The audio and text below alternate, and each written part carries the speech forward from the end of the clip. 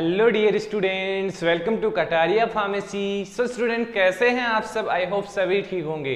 तो स्टूडेंट्स हम स्टडी कर रहे थे B pharma second semester pathophysiology. इसकी हमारी यूनिट सेकंड चल रही थी। तो यूनिट सेकंड में हम स्टडी कर रहे थे एस्केमिक हार्ट डिजीज। तो एस्केमिक हार्ट डिजीज का आज लास्ट टॉपिक होने वाला है आर्टरियोस्क्लेरोसिस।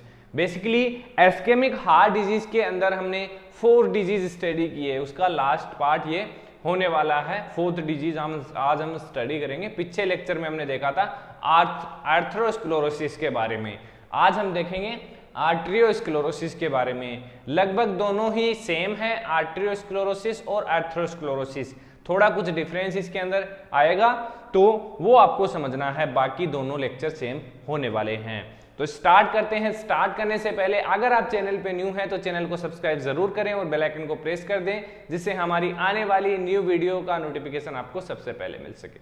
तो स्टार्ट करते हैं। आज हम जानेंगे आर्टरियोस्क्लेरोसिस के बारे में। तो इसमें आप समझ गए होंगे, स्टार्टिंग में वर्ड आ रहा है हेडिंग में आर्टरी। आर्टरी मतलब कि ब्लड सप्लाई करने वाली जो पाइप होती है हार्ट के लिए, उसको हम आर्टरी बोलते हैं। तो उसके अंदर स्क्लेरोसिस होगा, मतलब कि जो कोलेस्ट्रॉल है वो जमा होगा, तो उसको हम बोलते हैं आर्टरियोस्क्लेरोसिस। जनरल इंट्रोडक्शन देखते हैं इसका।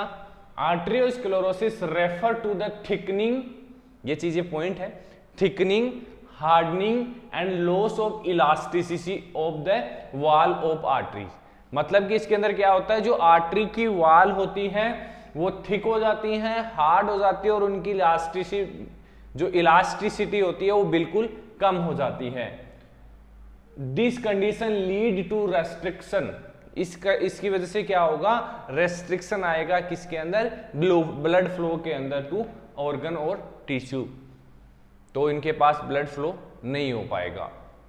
तो ये है आर्टरियोस्क्लेरोसिस। क्या होता है इसके अंदर, basically thickening, hardening and loss of elasticity of the artery wall. बात करें रिस्क फैक्टर की, क्या क्या रिस्क फैक्टर है जिसकी वजह से आर्टरियोस्क्लेरोसिस होता है।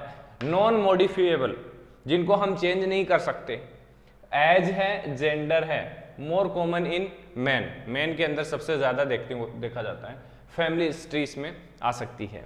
मॉडिफिएबल है जैसे कि हाई ब्लड प्रेशर, अगर प्रॉपर ट्रीटमेंट रखेंगे इन चीजों का तो ये चीज आपको नहीं देखने को मिलेगी। हाई ब्लड प्रेशर को मेंटेन करना है, high cholesterol, smoking, diabetes, obesity, physical inactivity, unhealthy diet. ये मतलब वही आ गया, लाइफस्टाइल चेंज करनी पड़ेगी अगर इन डिजीज से बचना है। आर्थरियोस्क्लेरोसिस, मायोकार्डियल इंफार्क्शन, आर्टरियोस्क्लेरोसिस।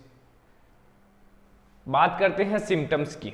वैसे तो कोई स्पेसिफिक सिम्टम्स नहीं है, लेकिन जहां ये अफेक्ट करता है उसके अकॉर्डिंग इसके सिम्टम्स आएंगे। Often asymptomatic until significant artery narrowing और blockage occur. Basically different types की आर्टरीज होती हैं, उनमें ब्लॉकेज वगैरह आता है। तो फर्स्ट है जैसे कोरोनरी आर्टरी है, जिसके अंदर chest pain, angina, heart attack हो सकता है। कैरोटिड आर्टरी है, स्ट्रोक, ट्रांजिस्ट, एस्केमिक हार्ट अटैक आ सकता है इसके अंदर। पेरीफेरल आर्टरी है, लेग पेन हो सकता है, पेरीफेरल आर्टरी डिजीज।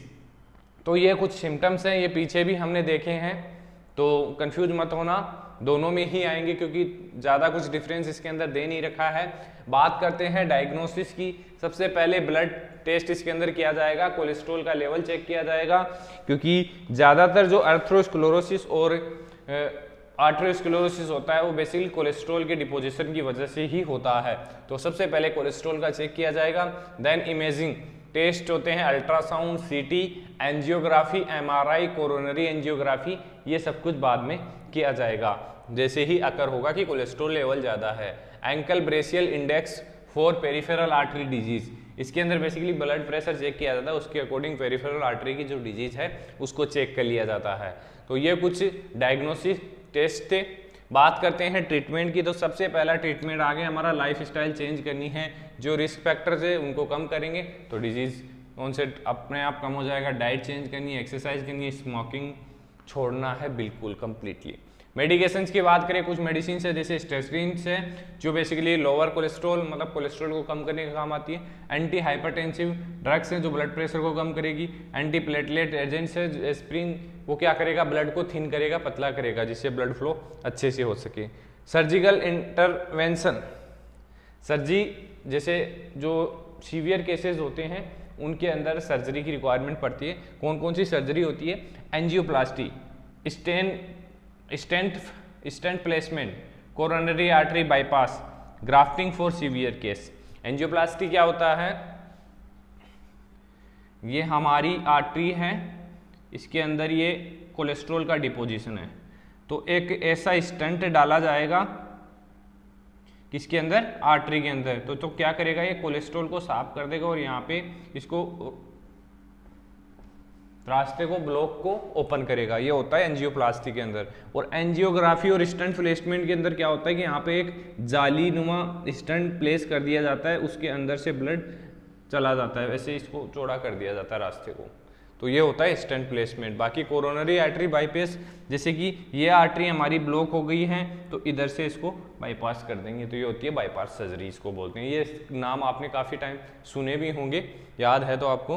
तो ये सर्जिकल इंटरवेंशन देखे जाते हैं बेसिकली हार्ट डिजीज़ के अंदर और आर्ट्रियोस्क्लेरोसिस, एर्थरोस्क्लेरोसिस के अंदर। तो ट्रीटमेंट हो जाता है, वैसे कोई ज़्यादा दिक्कत नहीं है, लेकिन सबसे पहले रिस्क फैक्टर को मैनेज करना है, आपको अपनी डाइट को हेल्दी बनाना है, तो आप भी हेल्दी रहेंगे। तो बने रहिए हमारे साथ, मिलते हैं नेक्स्ट वीडियो में।